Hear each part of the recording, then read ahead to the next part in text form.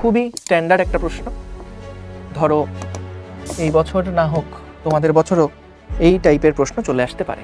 So আমাদের এটা হচ্ছে একটা গ্যাস সিলিন্ডার সিস্টেম, এর ভিতরে গ্যাস রাখা আছে আর নিচে রাখা আছে একটা ছোট্ট টেম্পারেচার কনস্ট্যান্ট রাখার জন্য একটা সোর্স। এটা কখনো তোমার সিকিউতে আসবে না, কিন্তু এমসিকিউতে মাঝে মাঝে প্রশ্ন করে, ওই যে অভিন্ন তথ্যমূলক বিভিন্ন এমসিকিউ আসে না, ওইখানে আমাদেরকে প্রশ্ন করে যে নিচের কোনটা সত্য। আমাদেরকে বলছে টেম্পারেচারও দেওয়া, হাইড্রোজেন গ্যাস কত ভর আছে সেটাও বলা আছে, বলছে প্রেসার বের করতে। দুইটা ধাক্কার মাঝখানে তারা সরল রেখায় চলে, এইরকম কিছু মডেল তারা আমাদের সাথে শেয়ার করছিল।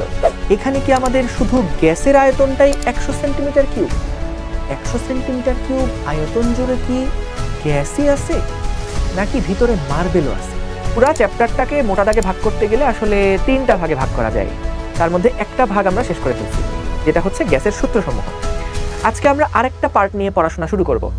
এটা হচ্ছে গ্যাসের গতি তত্ত্ব সংক্রান্ত। যখন গ্যাসের তাপমাত্রা বাড়বে তখন গ্যাসের আয়তন কিভাবে পরিবর্তন হবে, গ্যাসের ভলিউমের সাথে তাপমাত্রা সম্পর্ক কি,